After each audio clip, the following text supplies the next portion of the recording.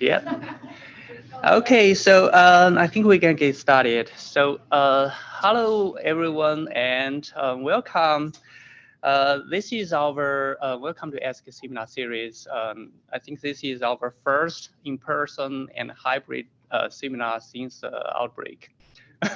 So it's hard to believe it, but welcome and I'm John, the seminar coordinator, and I will be moderating the today's seminar with Kathy Medley. Kathy is our communication specialist. And just so you know that the seminar is being recorded and we will publish the recording on our YouTube channel. So please feel free to check it out. It usually takes a week or so for us to upload the recording. And today we have our speaker joining us in person from USGS. Before she gets started, I will have our director, Anna Williams, to introduce the speaker. So, Anna. Oh, good afternoon. It's such a pleasure to see some of you here in person, and I know we have our normal good crowd online. So it's a real pleasure for me to introduce Dr. Ariana Sutton-Grier. She's a visiting associate research professor at the University of Maryland here. She's also the program coordinator for the Climate Research and Development Land Change Science Program in the USGS's Ecosystem Mission Area. The program funds over 150 USGS scientists and their research on the impacts of environment and climate change to inform natural resource management, policy, and decision-making. Dr. Sutton-Grier is an ecosystem ecologist. She holds honors bachelor's degrees from Oregon State University in environmental science and international studies, and a doctoral degree from Duke University in ecology. She's been a Smithsonian Fellow, a AAAS Science and Technology Policy Fellow, and also was selected as an Early Career Fellow by the Ecological Society of America in 2015. Her research interests include the relationship between nature, biodiversity, and human health, natural climate solutions, including coastal blue carbon, and natural and nature-based coastal resilience strategies. She is committed to solving environmental problems and promoting ecosystem conservation through innovative opportunities to combine science and policy. Dr. Sutton-Grier publishes actively in environmental and policy journals, and her research has been featured in news stories as well as a children's science show. So I'm just going to say, after about 25 minutes, I have to get up and leave because I've been summoned to the dean's office. I hope not because I've been bad, but it's not because of lack of interest. So, Dr. Sutton-Grier. Yes. Thank you. Okay, folks, I just wanted to check. Is it okay if I take my mask off up here? We're comfortable with that? Okay. So, new world here. So I don't want to make anyone uncomfortable and I don't want anyone to leave because of something they're uncomfortable about. So let me first start by saying, so I do have the dual affiliation here at University of Maryland and also USGS. But everything I'm talking about today is my own research and my own views. So I'm not here representing USGS. So just got to put that out there. And I'm super excited to be here giving a talk. So thank you so much for having me. And I will say I had an opportunity to work at the Office of Management and Budget before joining USGS. So for anybody who would like to ask career questions about federal service, et cetera, I was also at NOAA for 7 years, but not as a Fed. So again, for younger folks or older folks in the audience, please feel free to ask questions about that piece of my career at the end as well. But now let's dive into some more of my research. So I do ecosystem science and ecosystem services research, really with the hope of informing policy and decision making. And so what does that really mean? I work to understand how human environmental change, and that could be climate change or other environmental changes, are affecting ecosystem function, and then the provisioning of ecosystem services, and then how can we use that to inform policy, decision-making, mitigation opportunities, adaptation opportunities, et cetera. So in picture form, what that looks like is we have to understand how an ecosystem functions. And then when we think about, well, in the way that ecosystem is functioning, how does that intersect with human welfare in some way? And that's how we get to ecosystem services of some kind. And then eventually we can take that information and say, well, how can that inform our management and decision-making? So that's the big overarching picture here. So we're going to cover 3 topics today. It might feel a little bit like a whirlwind, but these are 3 very exciting topics to me. So natural or green infrastructure, then coastal blue carbon, and lastly, the relationship between nature and human health. So diving in first to natural infrastructure, this is actually a really exciting time. Okay, hang on, we're not moving forward. All right, I'll go this way. There we go.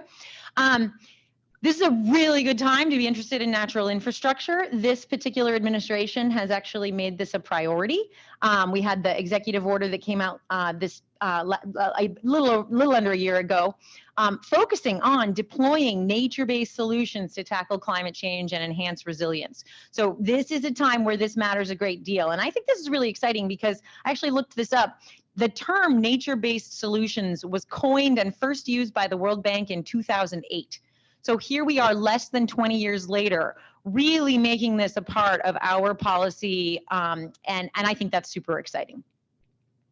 Okay, so we also have a bunch of other efforts going on with this administration that matter, like the new natural capital accounting, where we are literally trying to say, just like other kinds of accounts, we have natural capital accounts.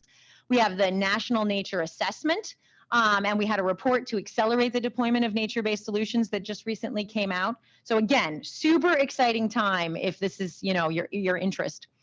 So for me, my interest in nature-based, in natural infrastructure, really got going with Superstorm Sandy. And I think that was a key time actually for a lot of people in the federal government, where people started to say, well, what else can we do besides just build really big seawalls everywhere, which isn't necessarily how we want to interact with our coasts, right?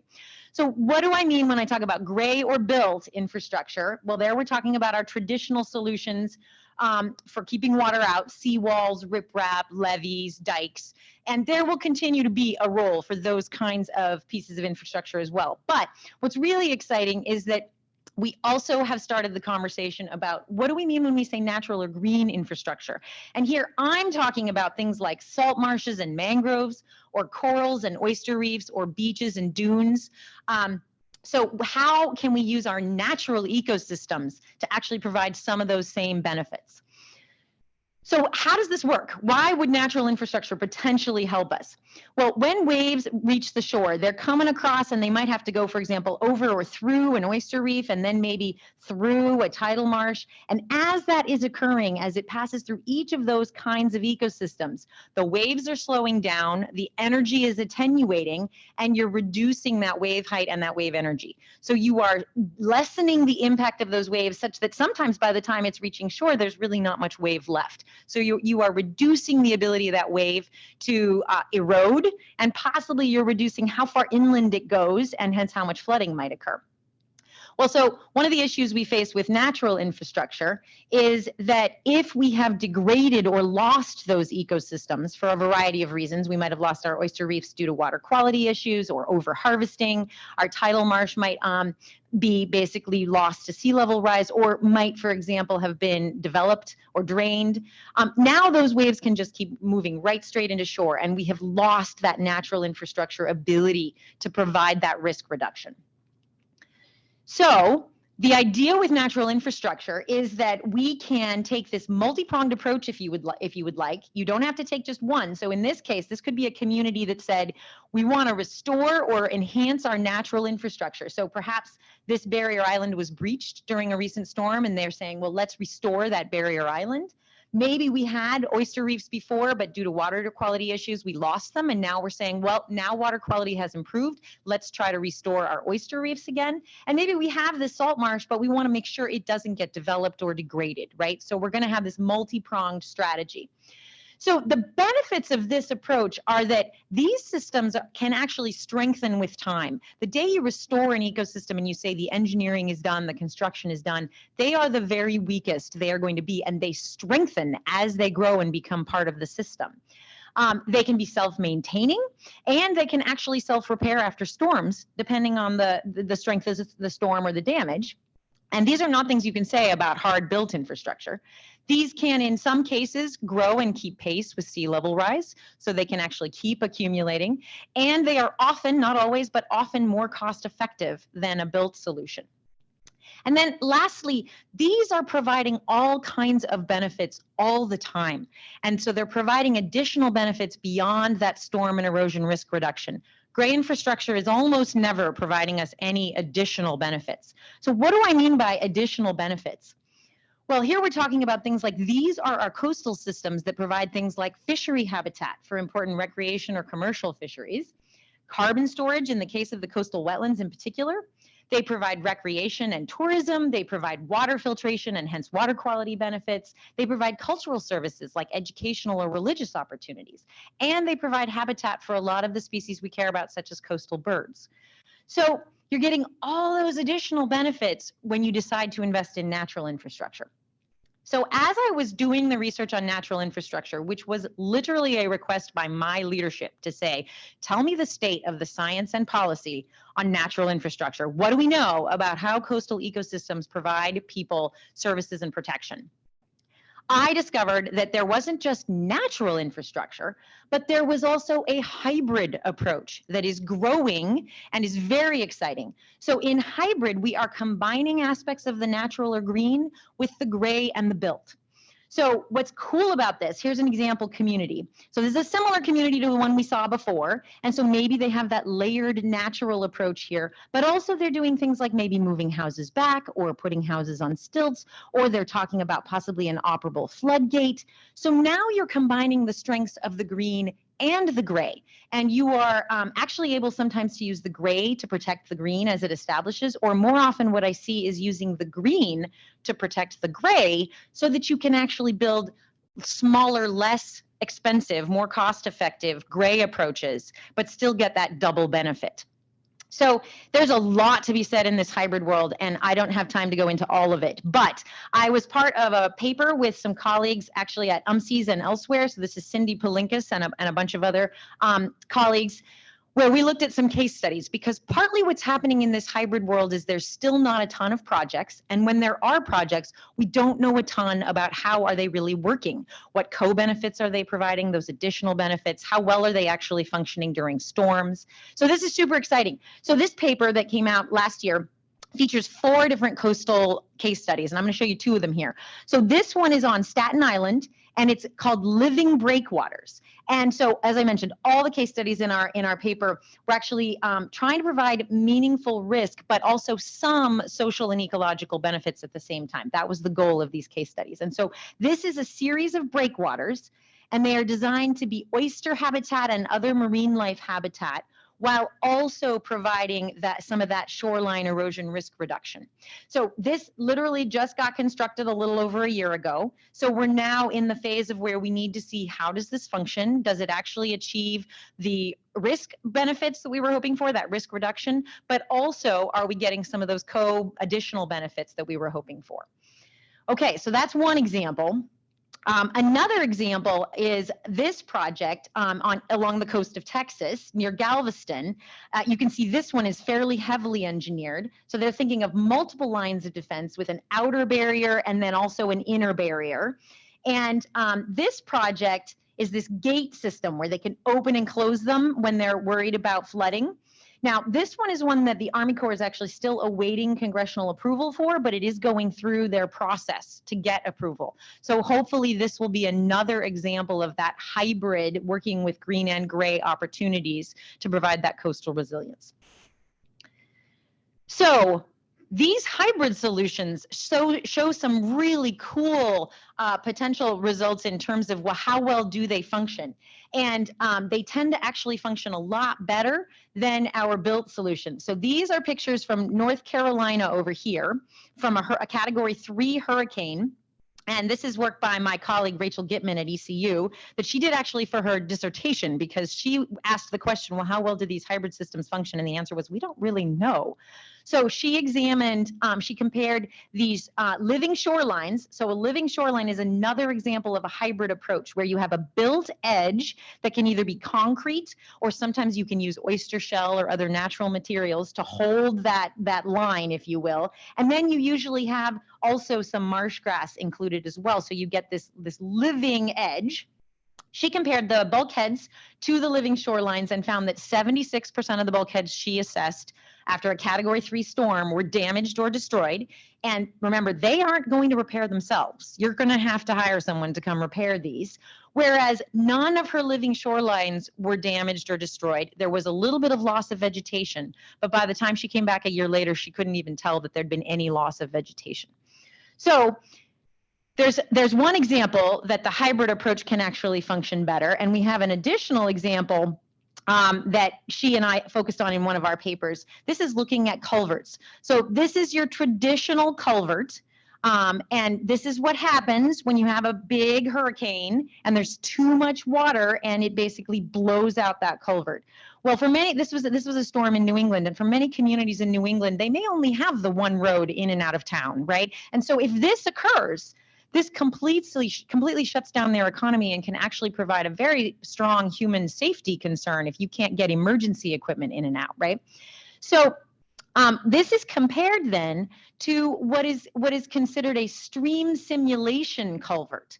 So this is your alternative. Now, in this case, I want to make it clear this is a slightly more expensive alternative, because I did mention that sometimes, oftentimes actually, the natural approaches can be cheaper. In this case, that is not true. However, if you start to include maintenance through time and major storm events, these actually can still end up being cheaper, because in this case, this was Hurricane Irene, there were 1,000 traditional culverts damaged and none of the stream simulation ones were damaged because they were able to handle the extra big flows. What's really cool about these is they are designed also with a natural stream bed kind of setting. So it's rocky. So it of course provides much better habitat for the in-stream organisms as well. So again, you're getting those co-benefits and it is better able to handle those large events. So yeah, go ahead. So for my benefit for clarification, the one on the right, is that because it's built, the culvert's built into where the stream exists, or because aren't most culverts also where you have most stream flow to begin with? I'm just trying to determine what the difference is. Yes, absolutely. So the question is, what is the real design difference here? And I haven't gotten to design one of these, but my understanding is that these are, because they are trying to mimic more of the extremes in stream flow. And as we know, those extremes are getting bigger and bigger. And so oftentimes older culverts weren't even planned for that. This is a much wider base that they have planned for. And so as a result, you don't have that narrowing. It's also simply in the design, they don't make it narrow as much, which means when you get a peak, it's easier for this to handle that kind of a peak. So yes, the design is very much meant to mimic more of a natural stream, but still provide the ability to have a bridge or a road over it. Yeah, exactly. Okay, so we have, oh, sorry, was there another question? Okay. So then this is very recent. This was in the Washington Post last fall, if you want to go check it out. This is sort of the next iteration, if you will, of the way people are approaching, well, how do we live at the coast, but with a changing system? So I consider this almost like the hybrid squared. I don't even know what this should be called. This is really the new thing. So this is another approach to building and resilience, but in this case, this is in Norfolk, Virginia. This is the Elizabeth River Project's $8.1 million headquarters. So the Elizabeth River does a lot of restoration of the Elizabeth River, and so the Elizabeth River Project has their headquarters right there. But what's so interesting about this is the first time that a U.S. private property owner has agreed to a rolling conservation easement, so that when waters finally get too high, they will demolish the building and abandon the site and just let it be reclaimed. So that is their approach in this case to how they are going to handle this changing world, if you will. So I think that's just fascinating. I've done no research here. I just literally thought this was really an interesting new dimension to how are people planning for and living with this changing world. So wrapping up this first topic, there are lots of research areas here that are super exciting and needed. So first of all, we do need to better understand how both the natural and the hybrid approaches are providing the risk reduction benefits. And we need to know physically how they're doing it, and then if possible, we need to quantify it in terms of dollars so we can get to that cost-benefit analysis. We also need to know the benefits of all those or additional benefits I mentioned, because when you're doing a cost-benefit analysis, which is how almost every community makes a final decision, you want to be able to say, well, yes, it costs this much, but look at all these additional benefits we're getting from this system. Right now, this can be very hard for us to assess. What are the co-benefits of these systems? In addition, we still do need best practices for design. What's going to work well where and under what conditions? Because unlike gray infrastructure, where we can pretty much build a seawall very similarly anywhere we want, this is going to take some adjustment. What's going to work really well in terms of green infrastructure in a lower wave environment might be a little different than what's going to be in a higher wave environment, right? So we got to do some experimentation here, and this is going to need multidisciplinary efforts to say what really works well where. And then lastly, how do we implement this? We do now have a National Living Shoreline Permit that the Army Corps has in place. So that was a huge step forward to be able to have a National Living Shoreline Permit. But I will say that in many cases, it is still much harder for a homeowner or a business owner to get a permit to implement a green or hybrid approach versus our standard gray approaches. And that is mostly because we've been doing the gray for decades. You can often get a permit in days, maybe even hours in some cases. And the green comes with some differences. We don't know as much. Actually, sometimes there's concern that there will be degradation in the short term while we put in a green structure, and then in the long term, hopefully benefits. But that degradation in the short term actually holds up the permitting process. So there's still a little bit of work to be done here to make it an equal playing field for these options. But there's a lot of promise and a lot of effort here. And there are folks at the Army Corps very aware of this and working on this too. So moving on to the next topic, and I'm happy to take questions on that at the end. So just file your questions away. So coastal blue carbon. I had a great question at the beginning. What is coastal blue carbon? So there are colors of carbon, and when I talk to kids, they get so excited about this, but then they want to know, well, is there pink carbon or purple carbon? And I usually have to disappoint them. So there's green carbon. That's the carbon taken up and stored in our terrestrial landscapes. Then there's black carbon. That's the carbon emitted by the burning of fossil fuels, or actually the production of fossil fuels, just getting them out of the ground. And then also by our fires, particularly human set fires, right? And then we have blue carbon. So that's the carbon taken up and stored in our oceans and coasts. So it's blue because we're referring to the ocean. And I'm going to talk specifically about the fraction of that is stored in coastal wetlands. So that's tidal marshes, mangroves, and seagrasses. And so the disappointment here, of course, for kids too, is that it's not really blue. It's brown in this case, but we call it blue carbon because it's related to our coasts and oceans. So when we say coastal blue carbon, this is what we're talking about. Look at that super organic, rich soil that this salt marsh, in this case up in Massachusetts, has accumulated, right? So how do these systems do this? Well, they are impressive. These are some of the most productive plant communities on the planet. And so let me orient you here. So on the y-axis, we have carbon burial rate. This is grams of carbon per meter squared per year. And then we're comparing forested systems to our coastal systems here. Now, just note the logarithmic axis on the y-axis here, okay? So what you find is that on a per unit area basis, these systems are burying underground 10 times more or even more than that than some of these forested systems. And so what this means is that even though those coastal wetlands represent a much smaller area of the earth, they are still an important natural carbon sink because they're such strong stores of carbon. Now, I like to think about carbon in these ecosystems kind of like a bank account. This is our bank account for carbon, right?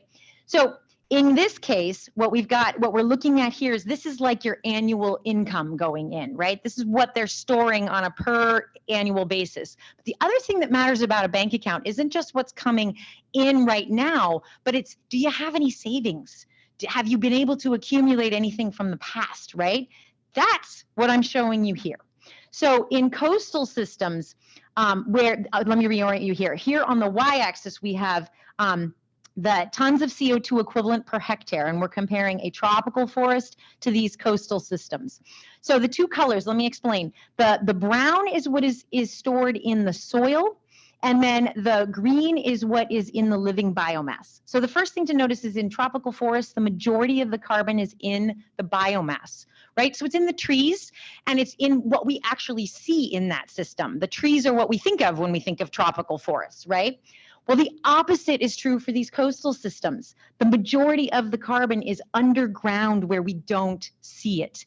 And so I think that's a really important point, because this is why we didn't start talking about coastal wetlands as important natural sinks right away, because we couldn't see the carbon there. Now, the other thing to note is that in comparison to the forest, many of these coastal systems are actually bigger storers of carbon on a per area basis. Now, the last thing I want to point out is that this is only measured in the top meter of soil. Many of these coastal systems are many meters deep. When I worked at the Smithsonian Environmental Research Center out in the Bay here in Maryland, we had cored down, it wasn't I who did it, but someone had cored down, and they'd gone down 5 or 6 meters to hit bedrock. And all of that was this organic rich soil. So this is actually a very conservative estimate for many of these systems of how much carbon is actually stored in that soil. So this is your bank account. You've got what's going in and what's already there. So why is this happening? As I mentioned, these are some of the most productive systems on the planet. So they are sucking CO2 out of the atmosphere and then turning a sizable amount of that into biomass, a decent amount of which gets buried in the soil. Now, part of the reason that is occurring is not just that we have a strong pump in, but then we have these anaerobic conditions, meaning because these are saturated soils, there's not a lot of oxygen present. So decomposition slows way, way down. So carbon pumped into these soils tends to stay there. And so as a result, these are incredibly good natural carbon sinks.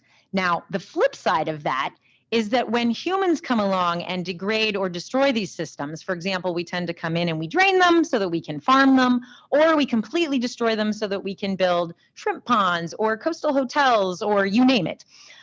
Then we have not only cut off that way to continue to pump carbon below ground, but we have actually now usually introduced oxygen into the soils.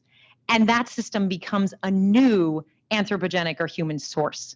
And so we have completely flipped it from being a fabulous sink to being a source. So this is why this matters so much. And when you put that into perspective, global rates for the loss of these 3 ecosystems, these are some of the most threatened ecosystems on the planet. We are losing between 0.4 and 3% of the global area of marshes, mangroves, and seagrasses every year. And so when we have done an analysis of that, basically it's the loss of these systems around the world is about the annual emissions of the United Kingdom. So this is a globally relevant source, additional source of greenhouse gases. And so part of the work I have been privileged to be able to work on is, well, what are the science and policy opportunities when we better understand this science? And so one of the things I got to work on while I was at NOAA was actually trying to look at how can we incorporate this into federal policy. And one of the things we worked very hard to do was to get coastal wetlands in the U.S. greenhouse gas inventory, which happened for the first time in the spring of 2017. But what's so exciting about this is once they are in, they are part of your new baseline. When you add something to the system, you've changed the baseline and you have to keep them in the system. And so now every year the U.S. has to assess how many wetlands have been lost, how many have been restored. And so that was a super exciting step forward, which my colleagues and I actually worked to also get published in Nature Climate Change, where we discussed the results. And so what we found is that U.S. coastal wetlands are still a sink for greenhouse gases. However, we do have loss of wetlands, and it's a growing source. Most of that loss is happening in the Gulf, and I won't go into that right now, but feel free to ask questions about that. There is a lot less restoration going on than loss, so there is an opportunity here if we chose to invest in doing more restoration. And then the other thing that was really important that we pointed out is, you know, the U.S. tends to get the reputation, probably rightly so, that we're a fairly strong science nation. We have a lot of data. So what we wanted to make sure we made clear, though, was that we did this with globally available Landsat data and the wetlands supplement, which was provided by the Intergovernmental Panel on Climate Change. So what we wanted to make sure was that this wasn't something people would say, oh, well, of course the US did that, but we can't do that, because we used methods that any country could basically use. So my hope is that eventually it will actually be required that all countries must keep track of their wetlands in their greenhouse gas inventories. It's not yet required, but it is recommended. So that's a step in the right direction. Okay, So at the same time, while I was working on some of the federal policy opportunities, we also wanted to look at, well, what else could we be doing? And so in 2015, the first verified carbon standard came out. This is VCS, and this is one of the gold standards, if you will, for if you're trying to get credits on the voluntary market. And the reason this one was so big, there had been other VCS methodologies for coastal wetland restoration, but this was the first one that applied to all three kinds of wetlands we've been talking about and anywhere in the world. So if you follow this methodology, you can get credits for a restoration project in a coastal wetland anywhere in the world. And then following up on that, in September of 2020, we also got out a new VCS methodology for wetland protection. So this is the RED plus VCS methodology. So here, if you know a wetland is threatened and you can show that you're going to stop that threat, you can get credits for the carbon that you're avoiding the loss of. So that was super exciting. It's not like you had to cut the wetland down and then get credits only for restoring it, right? Now, this is recent work with colleagues of mine where we are trying to compare coastal wetlands to other ocean carbon opportunities, because as you can imagine, as interest grows in the ocean as a potential climate mitigation opportunity, people want in on the action, which I get. So others have claimed that there really are blue carbon sinks in all these other systems that should be considered. The hard part is that the science is less clear in some of these, and in some cases, possibly not even ever going to be there. So what this is showing is the green are the systems where it's actionable right now. And those are the ones we've been talking about: mangroves, tidal marsh, and seagrass. Science is still lacking, as I mentioned, for many of them. So yellow is where we think there's maybe an emerging opportunity. So kelp and tidal flats, maybe. We'll get there. We need more science, and possibly we'll get to a point where that would be an actionable pathway. Question marks are where there's really not enough data. So marine fauna and marine sediments are places where people have proposed that this could be an opportunity, but the science is way, way, way behind. We are nowhere near being able to make those kinds of claims. And then the other thing to consider, and this is where the science meets the human policy world, right, is that even if we were to find that the science was justifying some of these systems, there has to be a way to incorporate this into human policies for it to make a difference in our grand accounting of greenhouse gases. So what I mean by that is, it's great if we find that, for example, marine sediments are an important carbon sink. But what is the management action we can then do, and who's going to track it and get credit for it such that we can enhance that sink? Because if it's just a great sink as it is, that goes into our baseline. That's not a management opportunity. That's not a policy opportunity. So only if we can figure out what is our human management opportunity that could increase that sink, does it become an actual policy opportunity. I see a few confused looks out there. So if that's not clear, please ask questions at the end. But this is really, really key, that it isn't just about, is it a good sink, but is it a sink and is there a management opportunity to enhance that sink? Because otherwise it's just part of our baseline. So that's in review, as I mentioned. Okay. So because of my work in coastal blue carbon, I had the opportunity and was invited to be part of this paper, which came out in 2018. And so the question we were asking here is, how much carbon can US ecosystems store if we implemented every single nature-based solution we could think of, right? And so the answer to that is basically 1.2 petagrams. And because that doesn't mean anything to most people, let's put that into something we can understand. That's about 20% of our annual emissions. So I don't know about you, but this number actually was quite pleasing to me. I was actually pretty impressed we could get to 20%. Although I've had people comment, well, why can't plants do more than that? Well, they're already doing a tremendous amount. What are you talking about? So the strategies we were looking at were things like reforestation, or avoided forest conversion, and urban reforestation, and then also fire management. In the ag sector, we were looking at things like avoided grassland conversion and cover crops, biochar, and then alley cropping, where you plant trees between your fields, for example, and then grassland restoration is here. Here are our wetland ones, and what you can see is that, so we have tidal wetland restoration, peatland restoration, and then avoided seagrass loss and seagrass restoration. So what you see is these bars are much smaller than these, but that comes back to what I was talking about in terms of a much smaller land area are our coastal wetlands. And in the US, we are actually quite lucky to have only lost about 50% of our wetlands instead of other countries where they've actually lost far more.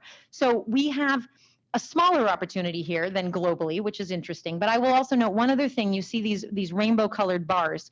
We also assessed other benefits you were going to get, like air and biodiversity, soil and water benefits. And in these wetland examples, you really score big on the co-benefits as well.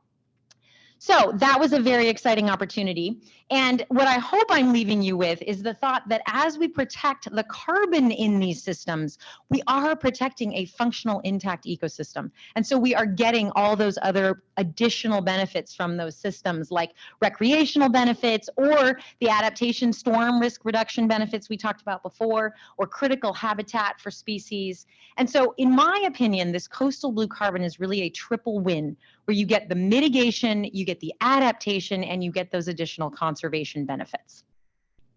Okay, so the last topic, oh, I'm sorry, that should be a 3. Third one here, we're almost done. Nature, biodiversity, and human health. This is a topic that I got introduced to mostly because I had a supervisor at NOAA, Dr. Paul Sandifer, who was really excited about this. And the second we started talking about it, I was like, oh, Paul, I want to work on this with you. So biodiversity conservation. Prior reasons to conserve biodiversity have all been very good. Don't get me wrong. Things like intrinsic value, the provisioning of food and medicines and climate regulation, those are all great. But I would argue they are not enough, because we have continued to see massive amounts of habitat loss around the world, despite the fact that we've been pointing out these important benefits of biodiversity for quite a while.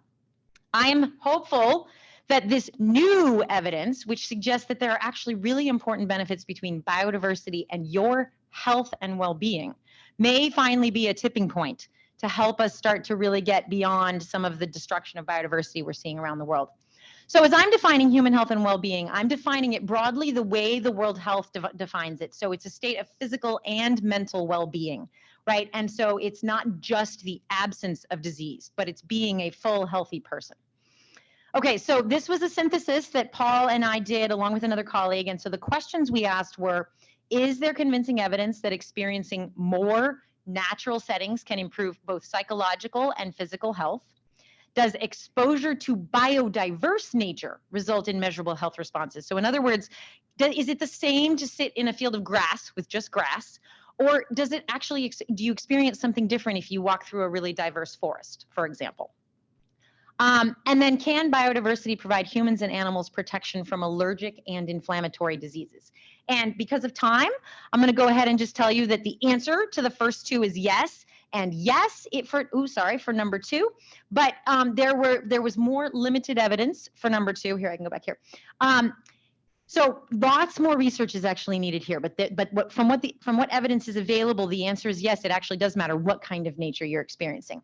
And so I want to dive just a little bit more into number 3 here.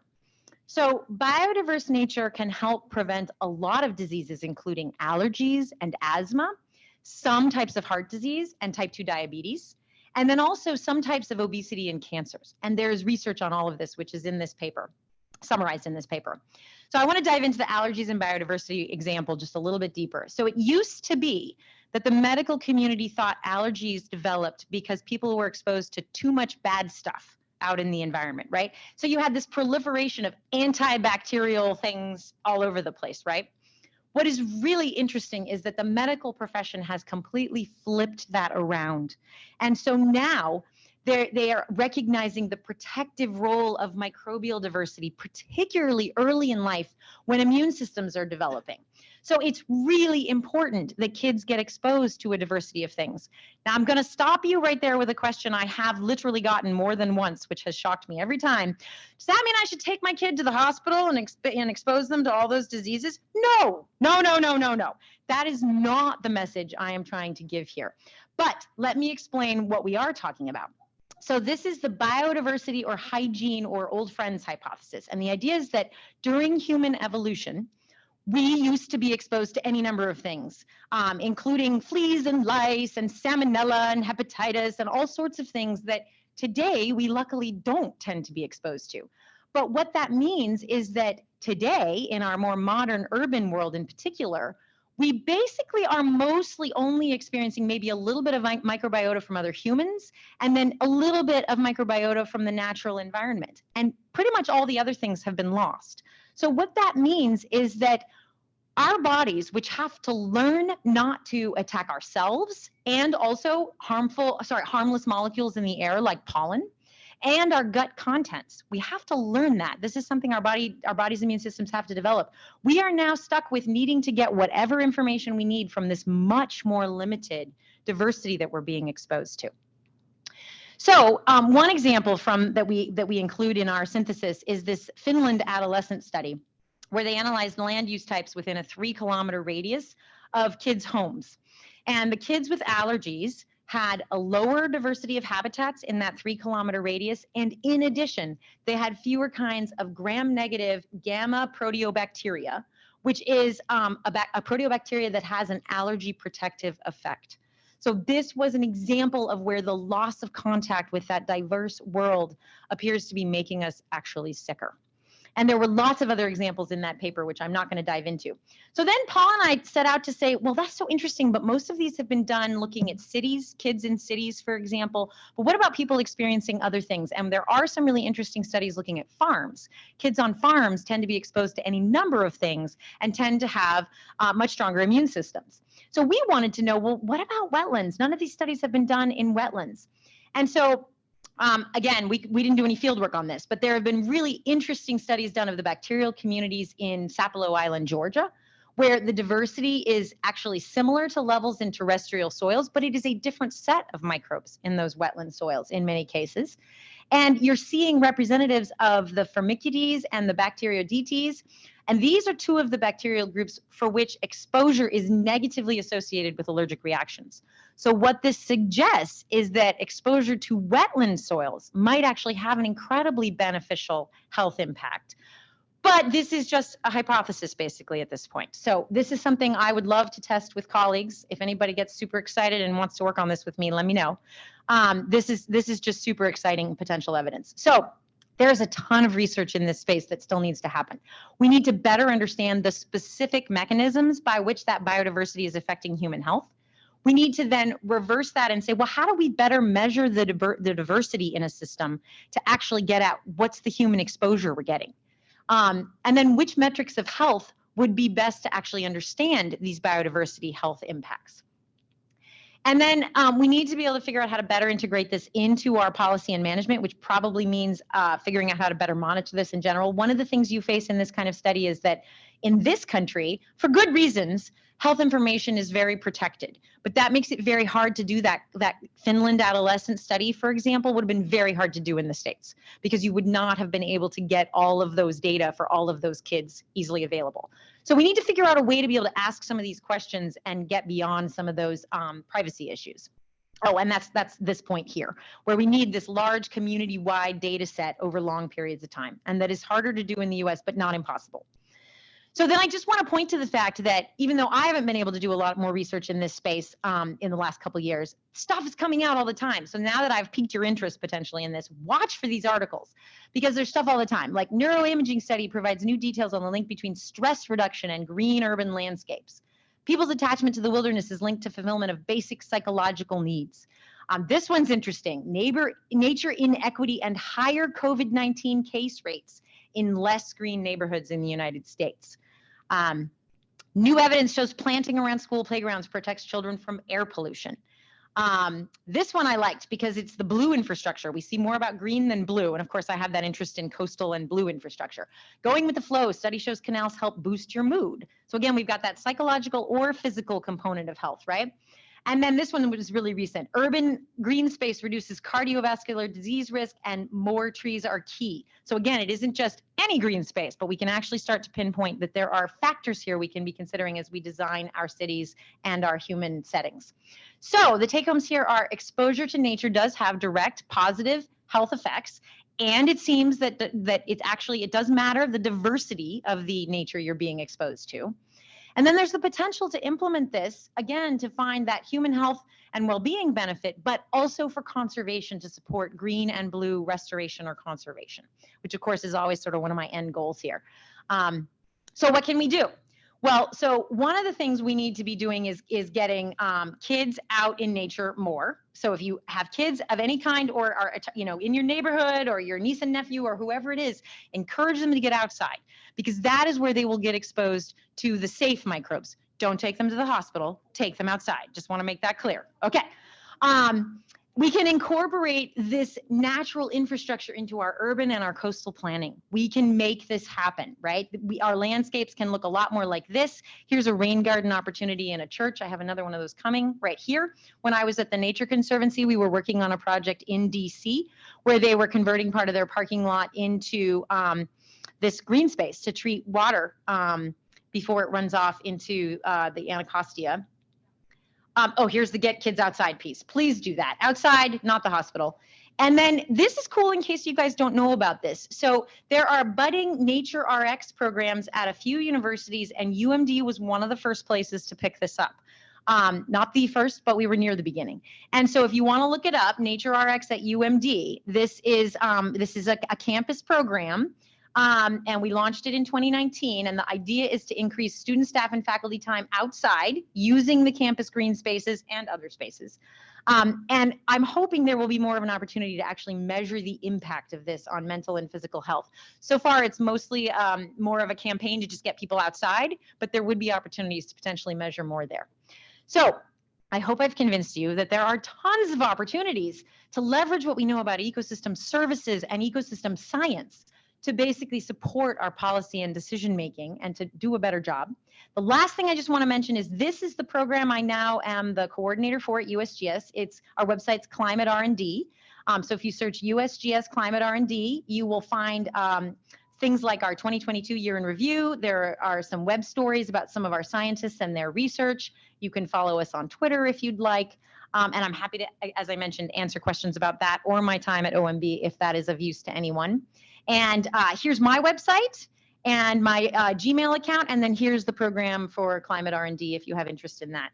And thank you so much for the invitation to be here. And I'm happy to take questions.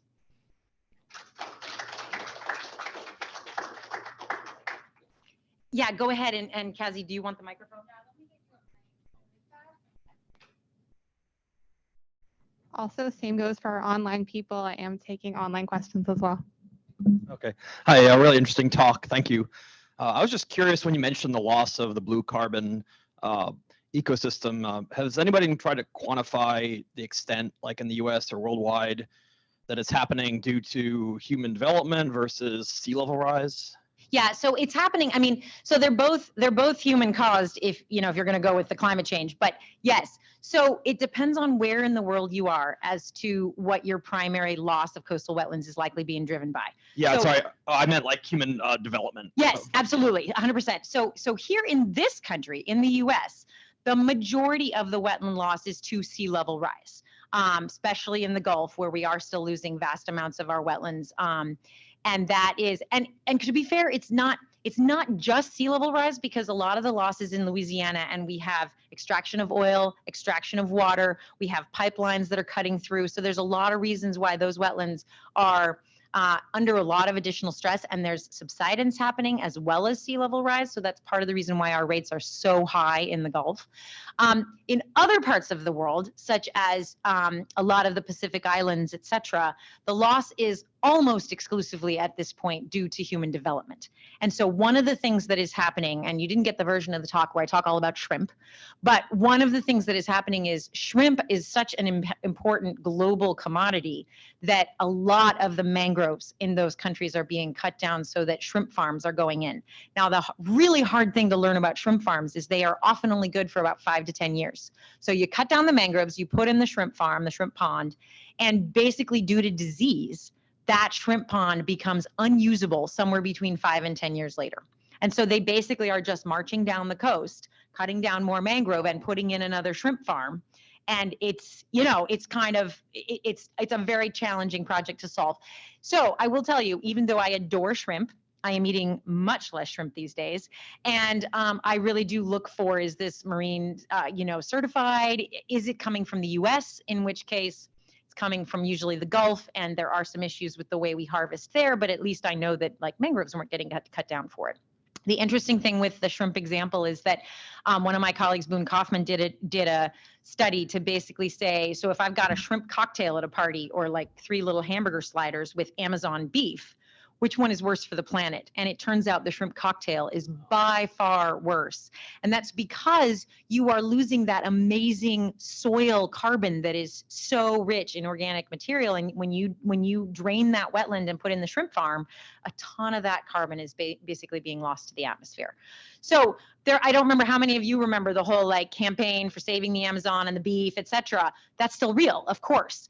But the shrimp far outweigh it here. So be really careful in your consumption choices, because we have a global market and a lot of what is being produced around the world is then being shipped around the world. And so you could actually be driving that problem over in Indonesia, for example. It's depressing. And again, as I said, I love shrimp, but I'm very careful about ordering shrimp these days. So after a shrimp farm is used and they have to take out they have to destroy the ecosystem, how long would it take? Decades to be able to have the mangrove forest grow back again? Naturally, I'm not sure we've seen that yet. I'm not sure it's happening because the infrastructure that goes in, and they have to, oftentimes they're draining it, so the hydrology is no longer there. So, I mean, if we're talking thousands of years, maybe that mangrove system could come back, but it would take extensive restoration to try to get that system back to where you might be able to have the mangroves again. Now we do have mangrove restoration happening around the world. In fact, I didn't talk about it today. Another paper I have with an undergraduate student who worked with me. It's really cool. It's one of my top cited papers, and it was an undergrad summer project, super cool. She looked at case studies of where the carbon market was working or not working in coastal wetlands. And one of the really good examples is the Makoko Pamoja project in Kenya, where, well, sorry, that is one of them, but that wasn't the one I want to talk about. It was shrimp. There's a case study in Vietnam, I think, where they basically they're getting a guaranteed higher price for their shrimp if they can guarantee that they have 50% or more mangrove cover in the areas they're shrimping. And so they actually went for not a carbon market. They're not getting a carbon benefit, but because they are able to guarantee that they have 50% or more mangrove cover, they get a higher price for their shrimp. And that's enough to incentivize them to be doing the planting and the restoration. So anyway, if you're interested in that paper, let me know. Happy to send it to you. Shoot me an email. It's also available on my website. Most of my pubs are open access and available on my website. But if you're having any difficulty, just shoot me an email. And there are a few that are not open access. So just let me know. But yeah, really, really good questions. It does really depend on where you are in the world as to why we're losing the wetlands. Of course, sea level rise will eventually become a problem everywhere. But it is not the most pressing problem in some places. Let's just put it that way. Thank you. Sure. Thank you. Good question. Do we have an online one, Kezzy? No online ones. Okay. Not yet, but if you are online and have a question, just go ahead and put it in the chat, but make sure to change the to be addressed to everyone so I can actually read it. Any in-person questions? Yeah. Thank you so much for your talk, and I have learned a lot. I'm very interested in your first topic about the green and gray solutions, and I know that as climate change, the weather was more and more extreme. So, I would like to ask that is green solutions like can be like deal with the flooding like the very extreme hydrological events like flooding due to the extreme weather as the gray solutions this is my first question, and Yep. my second question is that in case of choosing whether we should select green or gray solutions, what metrics do we usually for evaluation? We just look at the money, or just there are other like evaluation standards we should consider? Yeah. Good Yeah. question. Thank you. So unfortunately, most of the time, answering your second question, it usually comes down to money, right? So that's why it's so important to better understand what's going to be the cost of the natural hybrid option, so we can compare it to the gray option. And then what are those co-benefits? Because if we are not incorporating the co-benefits, the green or natural option might not look as strong as it actually is. So we need to know, what are the fishery benefits? What are the water quality benefits? What are the recreation benefits, right? Because that might actually start to make the case much more obvious that there is a clear winner in this situation, if you will. So yes, unfortunately, it really does come down to money in many cases. That said, there are a lot of communities that are very interested in the social and ecological piece of the coastal resilience puzzle, if you will. And I would encourage you to look at Rebuild by Design online. This is the competition that occurred after Superstorm Sandy struck New York and New Jersey. And the Rebuild by Design projects were so cool. They were only able to fund, I think it was 5, and then one of them got outside funding in addition. But they had over 40 submitted, and they're all online, and you can find out little bits of details about them. And then the winners are actually, there's a lot more detail about the winners. The communities got together and said, what would we really like to have happen with our waterfront, right? And yes, they wanted to be more resilient to the next Superstorm Sandy, but many of them wanted something else too. They wanted better water access. They wanted a place to have community events. They wanted better food access in some cases. They didn't want to be in a food desert anymore. And so it was really, really cool to see that you could use this as a catalyzing moment for thinking about what more can the community get out of a project that will make them more resilient, but will also improve the community conditions in many other aspects as well. So I would say it isn't just driven by money. The problem was with that competition, for example, they could only fund 5 of the over 40 projects they got. And this was being funded by Rockefeller and other, amazing philanthropic groups. And so it always comes down to, do we have the money to implement all of these exciting opportunities that might help build resilience? And this is a challenge that as a society in this country and elsewhere, we have not really tackled at all. We do not have the money available through the federal government or the state government or any other private contributions to fully help get all of our coastal communities to a more resilient state. So that is still a really big challenge, which is why money still really matters in making the decisions.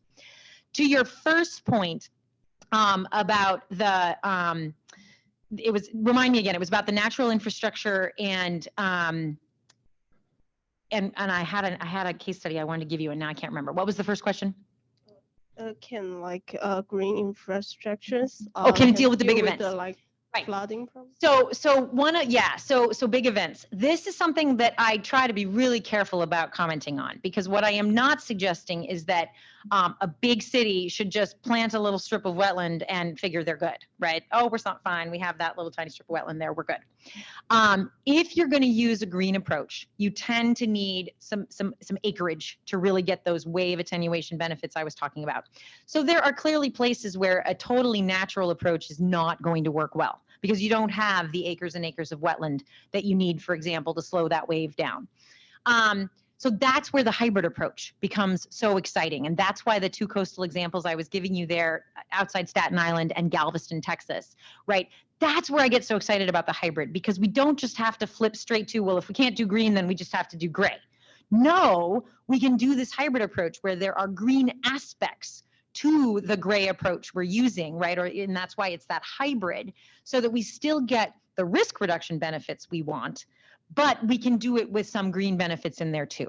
And one of the case studies that I like to think about in this space is, the one thing I think that green provides or hybrid provides is that I don't think anyone's ever going to be like, oh, that really big storm is approaching, but that wetland's good. I don't need to leave my house. I don't need to, evacuate if I'm being told to evacuate.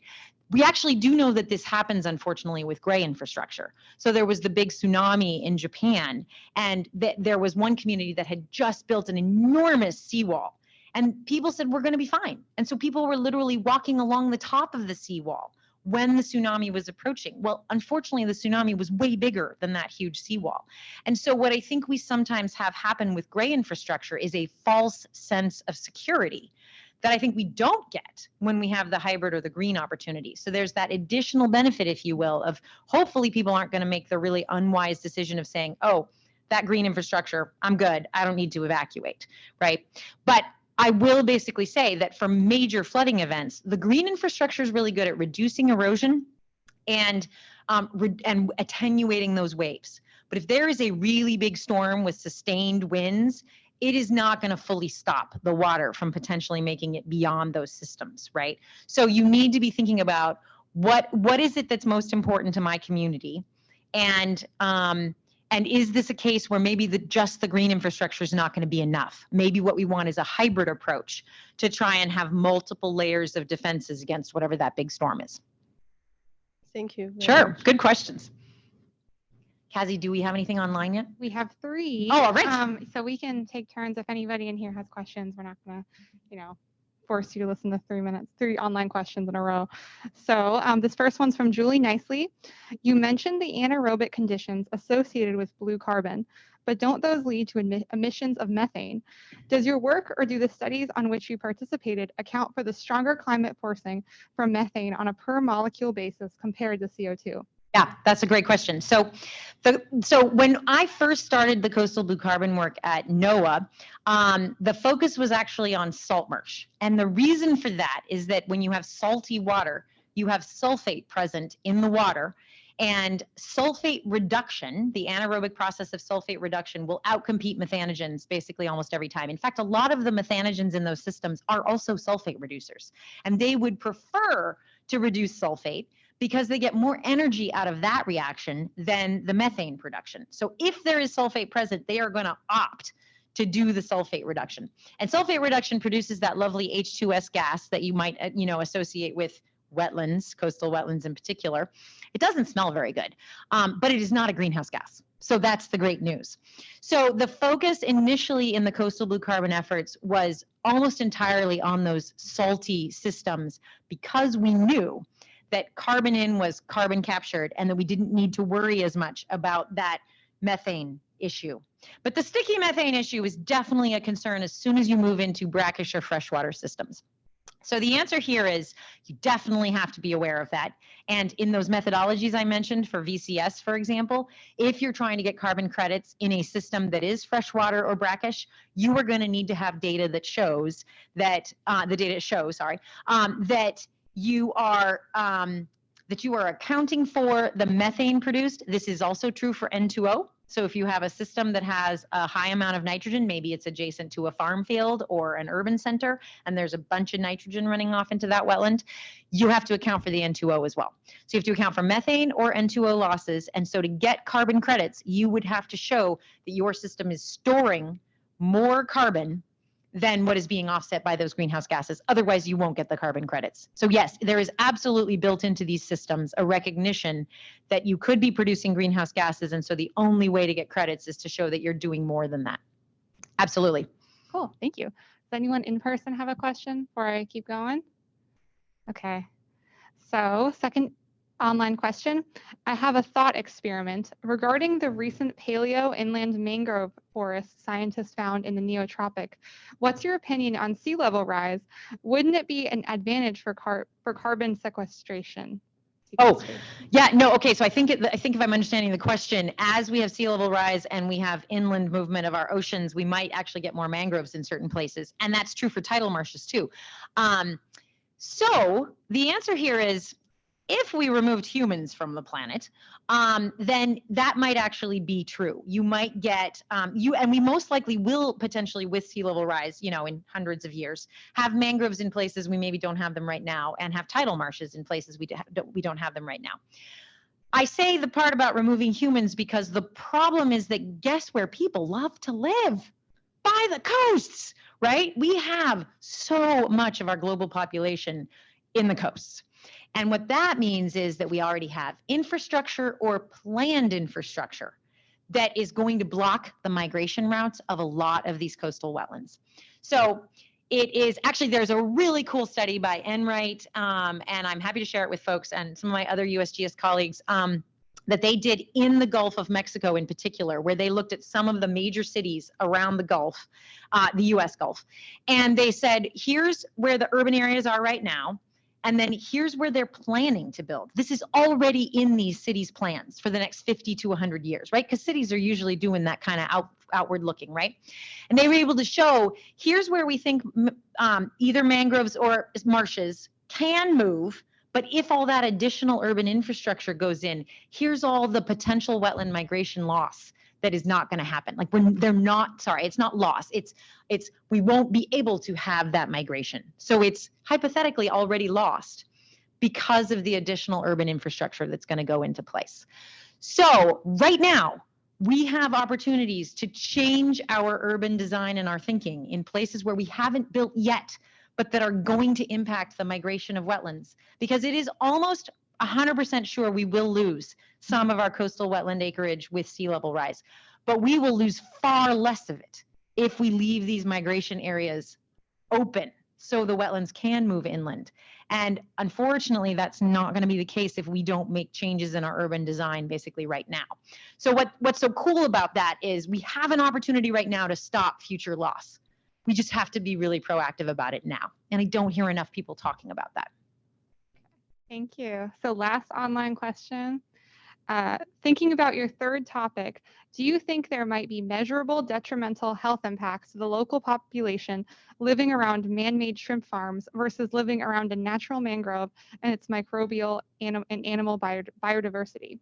Oh, yeah, that's a really cool question. Well, so I've never gotten to visit one of these shrimp farms, but I have seen pictures. And it is pretty heartrending in my opinion, in the sense that you've lost that beautiful forested system that mangroves tend to be incredible nursery areas for a lot of fish and shellfish, et cetera. And they're actually really important storm refugia. So a lot of organisms will swim into them and will stay safe during a storm and then come out afterwards, right? So you've lost that refugia, you've lost the carbon, you've lost probably a fair amount of biodiversity in that region, and instead you've put in usually a big concrete, thing that you grow shrimp in. So in terms of health benefits, there actually could be some air quality issues potentially with the shrimp farms, but you've definitely lost that exposure to a system that would have had a lot greater species diversity, including microbial diversity. So I would assume that there would be detriments to the health in terms of just you've also lost that green space, right? There are a lot, I didn't really get into the psychological benefits a lot today, but there are tremendous psychological benefits of sitting in or walking through or kayaking through or however you experience these natural systems, and trees in particular tend to be really important for human mental health. And so you've clearly lost the ability of that system to provide that benefit for health. So yes, I would anticipate that if we did a study on that, there would be any number of health impacts that we could point to that would be a problem for surrounding communities. The issue is that, as in anywhere, one, money speaks volumes. People need to be able to make a livelihood. So there's you don't want to pit livelihood against other things sometimes, but oftentimes these shrimp farms aren't even necessarily that local. They're, bigger corporations coming in. And so there's a lot of power dynamic there that we need to tackle if we're going to try and figure out how to solve some of this in a more sustainable way. But as I said, there are examples like the Vietnam example.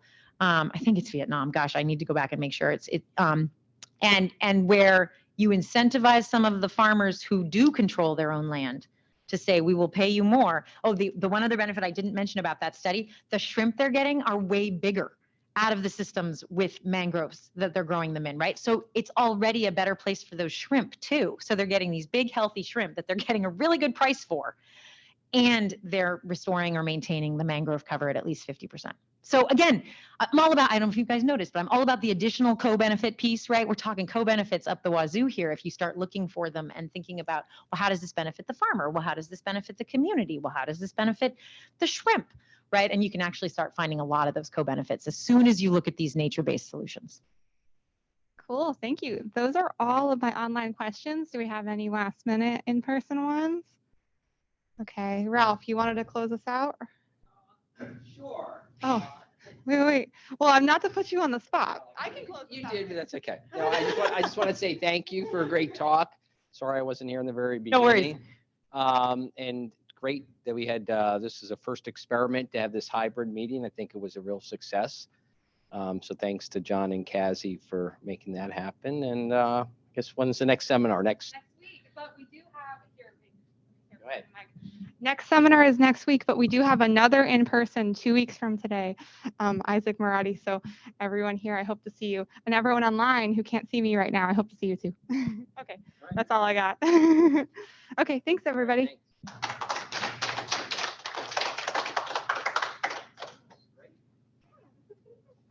Thanks.